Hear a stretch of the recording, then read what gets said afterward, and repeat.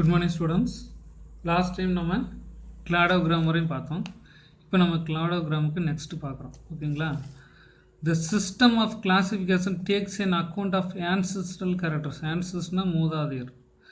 நம்ம இந்த சிஸ்டத்தை கிளாசிஃபிகேஷன் பண்ணுறப்போ ஃபஸ்ட்டு மூதாதையரோட கேரக்டரை எடுத்துக்கிறோம். அப்புறமா மூதாதையர்லேருந்து வேறுபட்ட ஒரு சில கேரக்டரை நம்ம புதுசாக கற்றுக்குவோம். அந்த கேரக்டரையும் எடுத்துக்கிறோம். அந்த கேரக்டருக்கு பேர் டிரைவ்டு கேரக்டர் அப்படின்னு சொல்லி பேர். ஓகேங்களா? நம்ம ஃபஸ்ட்டு கிளாசிஃபிகேஷன் பண்ணுறப்ப ஆன்செஸ்டரோட கேரக்டர் எடுத்துக்கிறோம். ப்ளஸ் ஆன்செஸ்டரை விட நம்ம அட்வான்ஸாக ஒரு சில கேரக்டர் நம்ம தெரிஞ்சு வச்சுருப்போம். அதுக்கு பேர் டிரைவ்டு கேரக்டர். இது ரெண்டே நம்ம எடுத்துக்கிட்டு தான் கிளாசிஃபிகேஷன் பண்ணணும். What is ancestral character? The traits and basic body design which would be entire group. அந்த குரூப்பில் இருக்கிற என்டையர் குரூப்பும் எப்படி டிசைனாக இருக்குது அப்படிங்கிறதுக்கு பேர் ancestral characters. Derived characters traits whose structure and functions differ from the ancestral characters. ancestral characterலேருந்து ஒரு சில டிஃப்ரெண்ட்டான கேரக்டர் நம்ம புதுசாக கற்று வச்சுருப்போம். அதுக்கு பேர் derived characters. One or more derived characters which appeared during the evolution resulted in the formation of new species. இந்த derived characters அதிகமாக அது நியூ சப்ஸ்பீசிஸாக ஃபார்மேஷன் ஆகிடும். ஒன் ஆர் மோர் ஒரு சில அல்லது நிறைய derived character ஒன்றா சேர்ந்து தான் ஒரு நியூ சப்ஸ்பீசிஸை க்ரியேட் பண்ணிக்கிட்டே இருக்கு. இன் cladogram, each evolutionary steps is a branching of all members of the branch would possess to the derived character which will not see in organism below the particular branch point. நம்முடைய கிளாடோகிராமில் ஒவ்வொரு evolutionary ஸ்டெப்லும் ஒரு branch வரும். ஒவ்வொரு பிரான்ச்சில் இருக்கிற derived கேரக்டரும் மற்ற அனிமல்ஸ்லேருந்து காணப்படாமல் புதுசாக இருக்கிறதுனால அது ஒரு புது ஸ்பீசிஸாக மாறிடும். ஓகேங்களா? ஒவ்வொரு பிரான்ச்சஸில் வரக்கூடிய கேரக்டர்ஸும் மற்ற அனிமல்ஸில் இருக்கக்கூடிய கேரக்டர் இல்லாத புதுசாக இருக்குனால அது புது it is a particular point for கொடுத்துருக்காங்க. இதை பார்க்கலாம். Arranging the organism basis on the similar or derived characters which is different from the ancestral characters produced phylogenetic tree or cladogram. இதுதான் phylogenetic tree. ஓகேங்களா? பாருங்கள், இதுதான் கிளாடோகிராம் அப்படிங்கிறது. இதில் first vertebrate முதுகெலும்புடைய உயிரினங்களில் தனியாக ஒன்று எடுக்கிறோம். அது ஷார்க். போனிஸ் கெலிக்டான் எலும்பாலான முதுகெலும்பு. சரிங்களா? எலும்பால் உருவாக்கப்பட்டது. ரேஃபிஸு, ஃபின்ரிஃபிஸ்.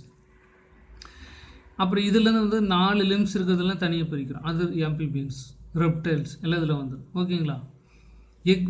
இதை ஆம்னியோட்டிக் எக் அப்படின்னா முட்டையில் கரு அப்படி இருக்கிறது 2. அது 2 பிரிக்கிறாங்க. எக் வித் செல்ஸ் இருந்து தனி, எக் தனியாக இருந்தால் இது 2 பிரிக்கிறாங்க. crocodiles and birds.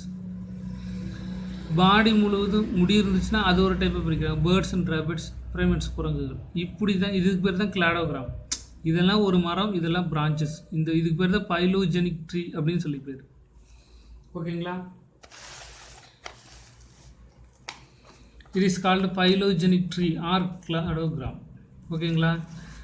Depending on the system of classification, organism classified into 2 or 3 kingdoms. First அனிமலை classify பண்ணுறப்ப 2 கிங்டமாக பிரித்தாங்க, அப்புறம் 3 கிங்டமாக பிரித்தாங்க, அப்புறம் 4 கிங்டமாக பிரித்தாங்க, அப்புறம் 5 கிங்டமாக பிரித்தாங்க, 6 கிங்டமாக பிரிச்சுட்டாங்க. இந்த மாதிரி 7 வரையும் போயிடுச்சு. இந்த மாதிரி 7 கிங்டமாக பிரிச்சுட்டாங்க.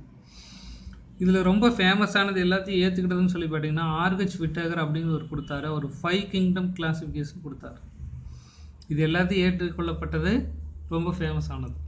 இந்த 5 கிங்டம் என்னன்னு சொல்லி பார்த்தீங்கன்னா ஃபஸ்ட்டு முனிரா, அப்புறம் புரோட்டிஸ்டா, அப்புறம் ஃபங்கை, அப்புறம் பிளான்டே, அப்புறம் அனிமாலியா. இந்த மாதிரி 5, அதாவது உலகத்தில் இருக்கிற எல்லா உயிரினங்களையும் 5 குரூப்பாக பிரித்தார் அனிமல்ஸை. முனிரா அப்படிங்கிறது யூனிசெல்லுலார் ஆர்கானிசம், புரோட்டிஸ்டா அப்படிங்கிறது மல்டி செல்லுலார் ஆர்கானிசம், ஃபங்கை அப்படிங்கிறது ஃபங்கை பூஞ்சிகள் எல்லாம், பிளான்டேனா பிளான்ஸ், அனிமாலினா அனிமல்ஸ். இந்த மாதிரி 5 கிங்டம் கான்செப்டே இவர் கொடுத்தார். Based on the structure, mode of nutrition, எப்போ செல்லோட அமைப்பு, அது எப்படி சாப்பிடுது, mode of reproduction, phylogenic relationship, இதெல்லாத்தையும் வச்சு தான் கொடுத்தாரு. டேபிள் 1ல் நம்ம பார்த்ததில் 5 கிங்டம் கான்செப்ட் இருக்குது. ஓகேங்களா? அதை பார்க்கலாம். இந்த classification became a long way. இது ஒரு குறிப்பிட்ட டேஸில் பண்ண முடியாது. கிட்டத்தட்ட ஒரு 50 வருஷமாக லாங் வேல தான் போயிட்டுருக்கு. And now takes an account of even molecular level of DNA and RNA identification. இப்போல்லாம் டிஎன்ஏ ஆர்என்ஏ வச்சு கிளாசிஃபிகேஷன் பண்ணுற அளவுக்கு டெக்னாலஜிஸ் வந்துருச்சு. The advancement of the molecular technique is biochemical assays can lead to the new classification. இதெல்லாத்தையும் வச்சு படிக்கிறப்போ புதுசாக ஒரு கிளாசிஃபிகேஷன் இருக்கிறாங்க. அது 3 டொமைன் கிளாசிஃபிகேஷன் அப்படின்னு ஒன்று இருக்குது. கிங்டம் எல்லாம் ஒன்றா சேர்ந்தது தான் ஒரு டொமைன்ஸ். ஓகேங்களா? இதிலிருந்து அட்வான்ஸாக டெவலப் ஆகி வந்தது தான் 3 டொமைன்ஸ் கிளாசிஃபிகேஷன் அப்படிங்கிறது. ஓகேங்களா? இந்த 3 டொமைன்ஸ் தான் ஃபஸ்ட்டு உருவான எல்லாத்துக்கும் முழு தாயகமானது. ஓகேங்களா? இந்த 3 டொமைன்ஸை பார்க்கலாம். உலகத்தில் இருக்கிற விலங்குகள் எல்லாத்தையும் 3 பிரிவு பிரிக்கிறாங்க. அதுக்கு பேர் டொமைன். அதுக்கு பேர் என்ன? டொமைன். டொமைனுங்கிறது மிகப்பெரிய ஒரு யூனிட். ஓகேங்களா? இந்த 3 domain concept is produced by Carl Lewis. 1 மார்க்கில் கேட்பாங்க. இந்த 3 domain concept கிரியேட் பண்ணது யார்? Carl Lewis and his co-workers. இவங்க கூட வேலை பார்த்தவங்களும் சேர்ந்து இதை உருவாக்குனாங்க. The classified organism based on the difference of 16 sRNA genes. இதை வச்சு தான் பிரித்தாங்க. இதை பேஸ் வச்சா பிரித்தாங்க. 16 S டைப் ஆஃப் ஆர்என்ஏ. ஆர்என்ஏல நிறைய டைப் இருக்குது. அதில் ஆர்ஆர்என்ஏன்னு ஒரு டைப் இருக்குது. டிஆர்என்ஏ, எம்ஆர்என்ஏன்னு நிறைய இருக்குது. அது நீங்கள் பாட்னியில் படிச்சிருப்பீங்க. ஓகேங்களா? TRNA, mRNA. ஆர்என்ஏன்னா ரிபோ நியூக்ளிக் ஆசிட் அப்படின்னு சொல்லி பேர். இதில் ஆர்ஆர்என்ஏ ரிபோசோம் ஆர்என்ஏ அப்படின்னு சொல்லி பேர். இந்த ரிபோசோம் ஆர்என்ஏல நிறைய டைப் இருக்குது. அதில் 16 எஸ்ன்னு ஒரு டைப் இருக்குது. அந்த 16 எஸ் டைப் பேஸை வச்சு தான் இந்த 3 கிங்டம் கான்செப்டை 3 domain கான்செப்டை உருவாக்கணும். The 3 domain system adds the taxonomic domain higher than kingdom. Kingdom விட ரொம்ப அதிக மேலே இருக்கிறதுக்கு பேர் தான் domain. The system embraces the separation of prokaryotes into 2 domains, bacteria and archaea.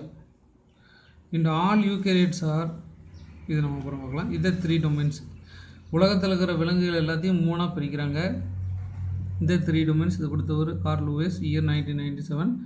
First வந்து ஆர்ச்சியா அப்படிங்கிறது டொமைன், பாக்டீரியா அப்படிங்கிற டொமைன், யூகேரியா அப்படிங்கிறது ஒரு டொமைன். ஆர்ச்சியாவில் என்ன இருக்குன்னா எக்ஸ்ட்ரீமோ மார்ஃபிலிஸ் அப்படின்னு ஒன்று. எக்ஸ்ட்ரீமோ மார்ஃபிலிஸ் அப்படின்னா உயிர் வாழ முடியாத இடத்துல கூட உயிர் வாழும். மெத்தனோஜன்ஸ் அப்படின்னா மீத்தேனை சாப்பிட்டு வளரக்கூடிய பாக்டீரியா.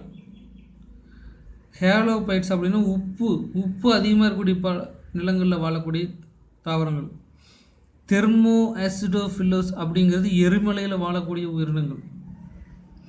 எக்ஸ்ட்ரீமோ மார்பிள்ஸ் அப்படிங்கிறது அதிகமான பனி, அதிகமான வெப்ப பகுதியில் வாழக்கூடிய பாக்டீரியாக்கள். அதுக்கு பேர் எக்ஸ்ட்ரீமோஃபில்ஸ். மெத்தனோஜென்ஸ் அப்படின்னா மீத்தேனை சாப்பிட்டு வளரக்கூடிய பாக்டீரியங்கள்.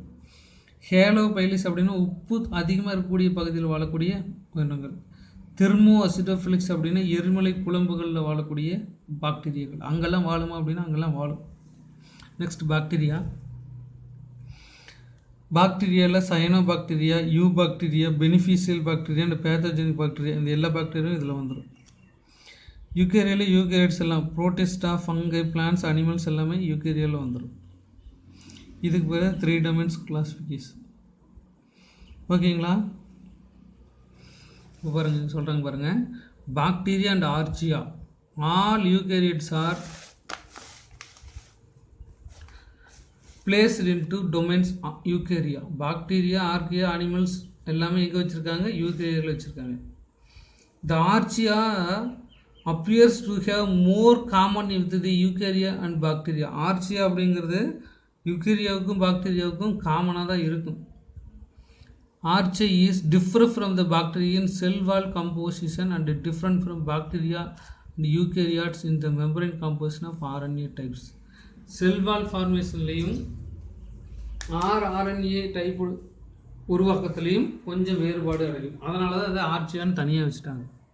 இப்போ ஃபஸ்ட்டு டொமைன் ஆர்ச்சியா பார்க்கலாம். இந்த டொமைன் ஆர்ச்சியா இதில் என்னென்ன இருக்குன்னு இதனாலே படிக்கலாம். Domain ஆர்ச்சியா. This domain includes single-celled organisms. The prokaryotes have ability to grow extreme conditions like volcano events எரிமலை குழம்புகள், hot springs வெப்ப நீர் ஊற்றுகள், polar ice caps, hence is called extremomorphs. அப்படின்னா நம்ம உயிர் வாழவே முடியாதுன்னு சொல்லக்கூடிய இடத்துல எல்லாம் உயிர் வாழக்கூடிய பாக்டீரியாக்களுக்கு பேர் எக்ஸ்ட்ரீமோஃபில்ஸ் அப்படின்னு சொல்லிட்டு. இதில் என்னென்ன இருக்குன்னு, இதெல்லாம் சிங்கிள் செல்டு ஆர்கனிசமாக இருக்கும். தே ஆர் ப்ரோகேரியட்ஸாக இருக்கும். They are have ability to grow extreme conditions. சூழ்நிலை, அதாவது வாழ முடியாத சூழ்நிலையில் கூட வாழும் தன்மையை அது பெற்றிருக்கும். அதுக்கு பேர் தான் எக்ஸ்ட்ரீம் கண்டிஷன்ஸ். எங்கேன்னா எக்ஸாம்பிள் வல்கனோ வென்ஸ், எரிமலை குழம்புகள், ஹாட் ஸ்ப்ரிங்ஸ், வெப்ப நீர் ஊற்றுகள், போலார் ஐஸ் கேப்ஸ், பனி படர்ந்த பாறைகள். இதனால் இதுக்கு பேர் எக்ஸ்ட்ரீமோஃபில்ஸ் அப்படின்னு சொல்லுது. They are capable of synthesizing the food without sunlight, oxygen and utilizing hydrogen sulfide for the other chemicals from the volcanic vents. இதெல்லாம் வந்து சன்லைட் தேவையில்லை, ஆக்சிஜன் தேவையில்லை. ஆனால் இது வந்து ஹைட்ரஜன் சல்ஃபைடை உறிஞ்சி எடுத்துக்கிட்டு வாழும். ஹைட்ரஜன் சல்ஃபைடு அப்படிங்கிற கெமிக்கலை உறிஞ்சி எடுத்துக்கிட்டு வாழும். இது எங்கே இருக்குன்னா எரிமலை குழம்புகள் இருக்குது. Some of them produced methane is called methanogens. ஒரு சிலது வந்து மீத்தேன் உற்பத்தி பண்ணுது, அதுக்கு பேர் மெத்தனோஜன்ஸ் அப்படின்னு சொல்லிட்டு. ஃபியூ லைக் சால்ட்டி என்விரான்மெண்ட்ஸ், உப்பு அதிகமாக இருக்கக்கூடிய என்விரான்மெண்ட்டில் வாழ்ந்துச்சுன்னா அதுக்கு பேர் ஹேலோபைட்ஸ். உப்பு அதிகமாக இருக்கக்கூடிய பகுதியில் வாழ்ந்தால் அதுக்கு பேர் halophytes. And thermoacidophiles means which is thrive to acidic environments and high temperatures. இதெல்லாம் வந்து வெப்பம் அதிகமாக இருக்கக்கூடிய பகுதிகளிலும் அமிலத்தன்மை அதிகமாக இருக்கக்கூடிய பகுதியிலையும் வாழும். அதுக்கு பேர் தெர்மோ அசிடோஃபில்ஸ் அப்படின்னு சொல்லி பேர். இதுக்கு பேர் தான் டொமைன் ஆர்ச்சியா. ஓகேங்களா? எக்ஸ்ட்ரீமோஃபில்ஸ்னு என்னென்னா வாழவே முடியாத எரிமலை குழம்பு, வெப்ப நீரூற்று, பனிப்பாறைகள், இங்கேயெல்லாம் வாழக்கூடிய உயிரினங்களுக்கு பேர் எக்ஸ்ட்ரீமோஃபில்ஸ் அப்படின்னு சொல்லி பேர். இதெல்லாம் ஹைட்ரஜன் சல்ஃபைடை உறிஞ்சி வாழும். இதுக்கு சன்லைட் தேவையில்லை, ஆக்சிஜனும் தேவையில்லை. மீத்தேன் ப்ரொடியூஸ் பண்ணக்கூடிய பாக்டீரியாவுக்கு பேர் மெத்தனோஜன்ஸ் அப்படின்னு சொல்லி பேர். சால்ட்டி என்விரான்மெண்ட்டில் வாழக்கூடிய உயிரினங்களுக்கு பேர் ஹேலோபைட்ஸ். ஆசிட் அதிகமாக இருக்கிற பகுதியிலும் டெம்பரேச்சர் அதிகமாக இருக்கிற பகுதியிலையும் வாழக்கூடியது தெர்மோ அசிடோஃபில்ஸ் அப்படின்னு சொல்லி பேர். இதெல்லாம் இதில் இருக்குது டொமைன் ஆர்ச்சியால் இருக்குது. இதுக்கு அடுத்த டொமைன் பாக்டீரியா நம்ம பார்க்கலாம். அதுக்கு முன்னாடி ஒரு டூயூனோ கொடுத்துருக்காங்க. தெர்மஸ் அக்வாட்டிக்ஸ் அப்படின்னு ஒரு பாக்டீரியா இருக்குது. இது எங்கே வாழும்னு சொல்லி கேட்டிங்கன்னா ஹை டெம்பரேச்சர்ஸ். இது வந்து வெப்பம் அதிகமாக இருக்கக்கூடிய பகுதியில் மட்டும்தான் வாழும். எரிமலை குழம்புகள் எல்லாம். The first DNA polymerase was isolated from Thermus aquaticus. DNA polymerase அப்படிங்கிற என்ஜைம் முதல்ல இந்த பாக்டீரியாவிலிருந்து தான் கண்டுபிடிச்சாங்க. இந்த டிஎன்ஏ பாலிமரேஸ் அப்படிங்கிற என்ஜைம் முதல்ல எதில் கண்டுபிடிச்சாங்க? தெர்மஸ் அக்வாட்டிகஸ் அப்படிங்கிற பாக்டீரியா கண்டுபிடிச்சாங்க. இது பாலிமரேஸ் செயின் ரியாக்ஷன்லாம் டிஎன்ஏ ஆம்பிளிஃபிகேஷனுக்கு ஹெல்ப் பண்ணுது. இது பாலிமரைஸ் செயின் ரியாக்ஷன் அப்படிங்கிற ஒரு ப்ராசஸில் டிஎன்ஏ ஆம்பிளிஃபிகேஷன்னா நகல் எடுக்கிறது, அந்த ஜெராக்ஸ் எடுக்கிறது. ஒரு டிஎன்ஏ மாதிரி 100 ஜெராக்ஸ் எடுக்கிறது பேர் டிஎன்ஏ ஆம்பிளிஃபிகேஷன். இந்த மாதிரி டிஎன்ஏ ஆம்பிளிஃபிகேஷன் பண்ணக்கூடிய ப்ராசஸில் இது ரொம்ப ஹெல்ப் பண்ணுது. இதுக்கடுத்து நம்ம டொமைன் பாக்டீரியாவை பார்க்கலாம். Bacteria are prokaryotic cell. The cells have no define nucleus and DNA exists in the circular chromosomes and do not have histone associated with it. So it is called as prokaryote. இது 2 மார்க்கில் கேட்பாங்க. ப்ரோகேரியோட்டோட characters என்ன அப்படி சொன்னால், ஒரு செல்லில் no define nucleus. இதுக்கு வந்து நோ டிஃபைன் நியூக்ளியஸ், ஒரு வரையறுக்கப்பட்ட நியூக்ளியஸ் கிடையாது. அதனால தான் நம்ம ப்ரோகேரியோட்னு சொல்கிறோம்.